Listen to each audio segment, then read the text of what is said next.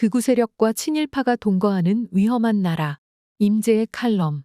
지금 한국 사회에는 세 개의 극단 세력이 준동하고 있다. 하나는 검찰 권력의 준동이고 둘은 극우파의 준동이며 셋은 친일파의 준동이다. 극우파나 친일파와 달리 검찰은 정부 조직이어서 극단 세력이라 하기 어렵다. 그럼에도 극단 세력의 준동이라 하는 것은 검찰이 정치적 중립을 지키지 않고 초법적인 편파 수사로 극단적 수사 행태를 보이는 까닭이다. 검찰 권력의 준동은 야당의 정적 제거와 전 정부 인물 잡아들이기를 위해 엄청난 수사력을 투입하고 걸핏하면 압수수색을 일삼는 데서 드러난다. 이재명 대표 관련 압수수색은 불과 1년 동안 무려 339회에 이른다고 당사자가 폭로했다. 일제강점기에 자행된 일경들의 독립운동가 수사도 이토록 지독하지 않았다. 언론사 더 탐사를 넉 달 동안 11차례 압색한 것도 언론사상 유례가 없는 횡포이다. 반면 김건희 박사의 주가 조작 혐의에 대해서는 소환 조사조차 하지 않고 있다. 윤석열 정부 초기에는 검찰 출신들이 정부 요직을 석권하여 검찰공화국인가 했는데 검찰의 자의적이고 일방적인 불공정 수사를 보면 어느새 검찰 독재의 마각을 공공연히 드러내고 있다. 입법부와 사법부를 무시하는 검찰총장 출신 대통령의 독선적 정치 행태도 초법적이지만 검찰 출신 법무장관 한동훈의 시행령 정치도 위법적이어서 삼권 분립의 민주주의가 위기를 맞았다. 그러므로 윤 정부의 검찰은 일찍이 없었던 공권력의 준동이라 할 만하다. 윤석열 정권이 시작되자 검찰 권력에 이어 극우 세력도 준동하기 시작했다. 최근 들어 극우들이 드세게 준동하는 것은 대통령이 힘을 실어주는 까닭이다. 극우 유튜버가 대통령 취임식에 초청받는가 하면 극우 유튜버 누나와 극우 정당 대표가 대통령실 직원으로 채용되었다. 대통령은 극우 세력을 은밀하게 대통령실로 끌어들이는가 하면 더 노골적으로는 극우 인사들을 정부 요직에 발탁까지 한다. 극우 집단의 태극기 집회에 나가서 막말로 선동한 김문수를 경산호 위원장에 임명한 것이 그 본보기이다. 그는 토론회에서 문재인 전 대통령을 총살감이라 했을 뿐 아니라 환노위 국감에서는 확실한 김일성주의자라고 극언을 해 국감장에서 쫓겨나기까지 했다. 민주노총을 김정은 기쁨조라고 하는 천박한 망언도 서슴지 않는 자이다. 그의 말대로 문재인이 김일성주의자라면 문재인이 임명한 검찰총장 윤석열은 김일성주의자의 신복 노릇을 한 자란 말이다. 그럼에도 대통령은 기자들의 질문에 노동 현장을 잘 아는 분이라고 그를 추켜 세웠다. 노동 현장을 바라보는 극우적 시선은 대통령 또한 김문수와 다르지 않다. 화물연대 파업은 북한 위협과 마찬가지라는 극단적 발언은 북한과 노조를 동일시하는 극우파의 심사를 고스란히 드러낸다. 문제는 대통령이 김문수의 말은 물론 자기 말조차 제대로 이해하지 못하고 있는 점이다. 김문수의 말을 이해하면 김일성주의자 밑에서 검찰총장을 역임한 대통령 자신은 김일성주의 정부의 핵심 권력자였다는 뜻이다. 따라서 말뜻을 알아차렸다면 그를 요직에 임명할 수 없다. 더군다나 북한과 화물연대를 동일시한 자신의 발언은 심각한 북한의 위협을 한갓 화물연대 파업 수준으로 물타기 한 셈이다. 그러므로 극우의 논리로 해석하면 윤 대통령은 김일성주의 정부의 공권력 수장이자 북한의 위협을 옹호한 종북좌파라는 혐의를 벗어날 길이 없다. 한국 극우는 노동조합이나 정치적 반대 세력을 아무런 근거 없이 북한의 지령을 받은 것처럼 매도하거나 빨갱이라는 굴레를 씌우기 일쑤이다. 가장 대표적인 집단이 태극기 부대이다. 그들은 군복에 선글라스를 쓴 차림으로 종북좌파 척결과 빨갱이 처단을 부르짖고 총살과 교수형을 외치며 대중을 선동한다. 5.18 광주민주항쟁을 북한이 개입한 반란이라고 억지를 부리고 제주 4.3 사건을 공산주의자들의 폭동으로 비방한다. 그런데 윤 정부는 극우들에 동조하는 것을 넘어 아예 날개까지 달아주고 있다. 노조를 김정은 기쁨조로 모욕한 김문수를 경산호 위원장에 임명한 것처럼 4.3 사건을 공산주의 세력의 폭동이라고 폄훼한 김광동을 진실화해 위원장에 임명함으로써 극우들의 준동을 더욱 부추겼다.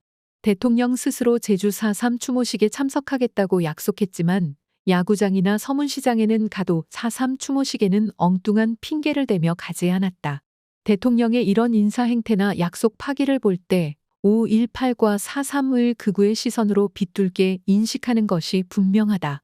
국민의힘 인사들도 극우 세력에 편승함으로써 기득권을 강화하려 하고 있다.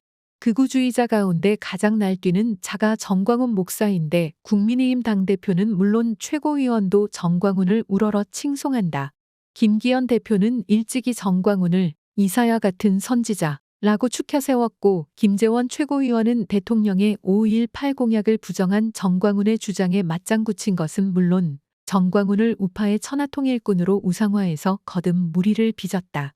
정광훈은 문재인을 잡아넣지 않으면 윤석열을 탄핵하고 한동훈은 자기 손에 죽는다며 으름장을 놓았다. 그러나 정부 여당 내 힘있는 자들은 그를 제지하기는커녕 손절조차 못하고 있다. 결국 윤 정권은 극우주의자 정광훈의 아류라는 말이다. 당대표와 최고위원뿐만 아니라 국민의힘 지도급 인사인 황교안, 오세훈, 나경원 등도 태극기 집회에 나가서 극우 집단의 선동에 편승한 이력이 있다.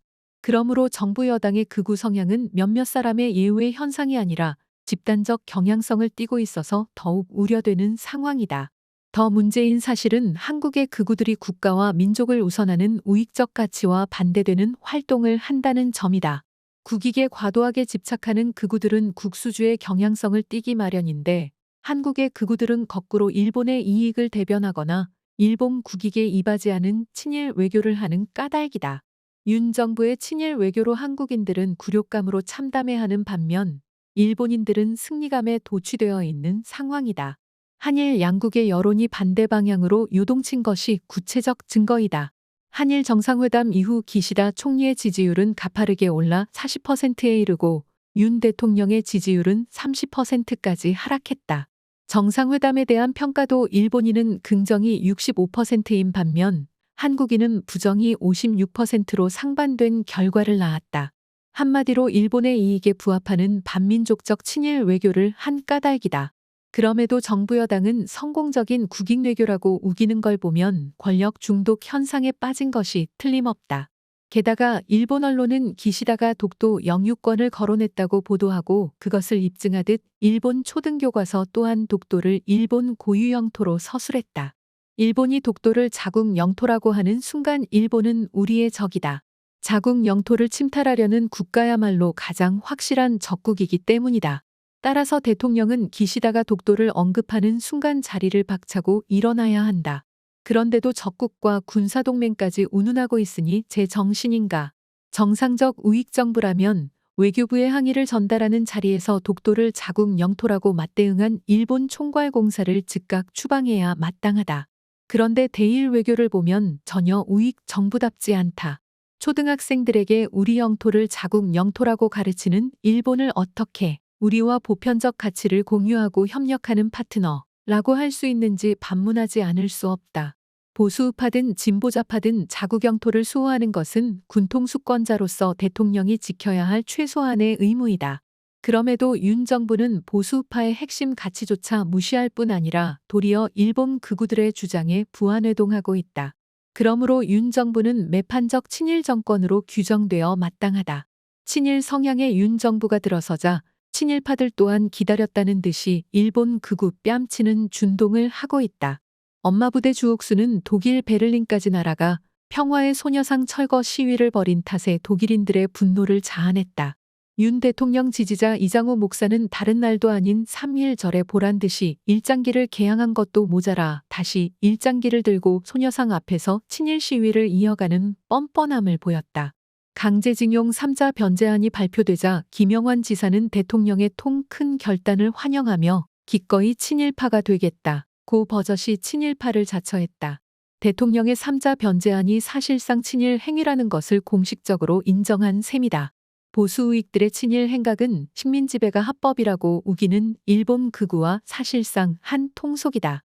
한국 극우가 일본 극우와 한 통속이라는 것은 심각한 모순 현상이다. 왜냐하면 두 나라의 극우는 서로 자국 이익을 두고 강대강의 극단적 대척점에서 다투는 것이 정상인 까닭이다.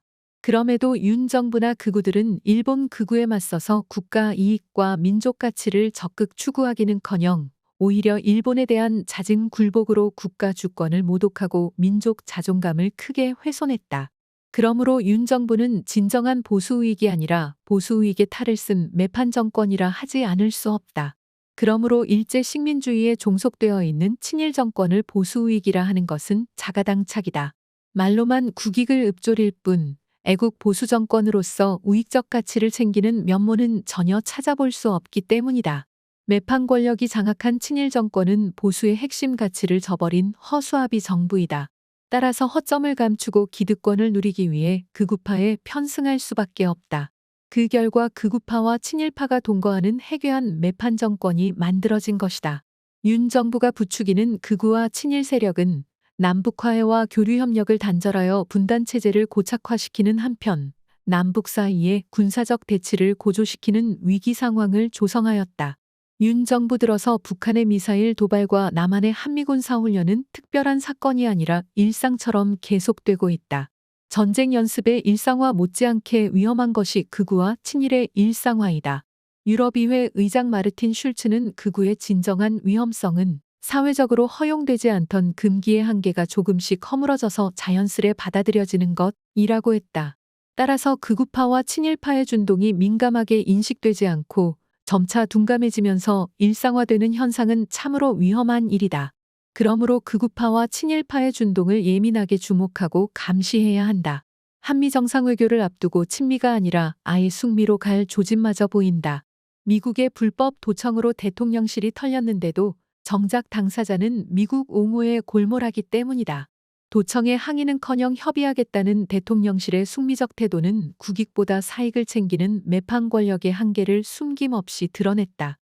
트럼프의 주한미군 분담금 요구에 굴하지 않고 끝까지 맞서서 꿋꿋하게 국익을 지켜냈던 문재인 정부를 생각하면 보안 정보까지 탈탈 털리고도 머리를 조아리는 윤 정부는 미국 가서 뭘 더 내주고 올까 국민적 우려부터 앞선다.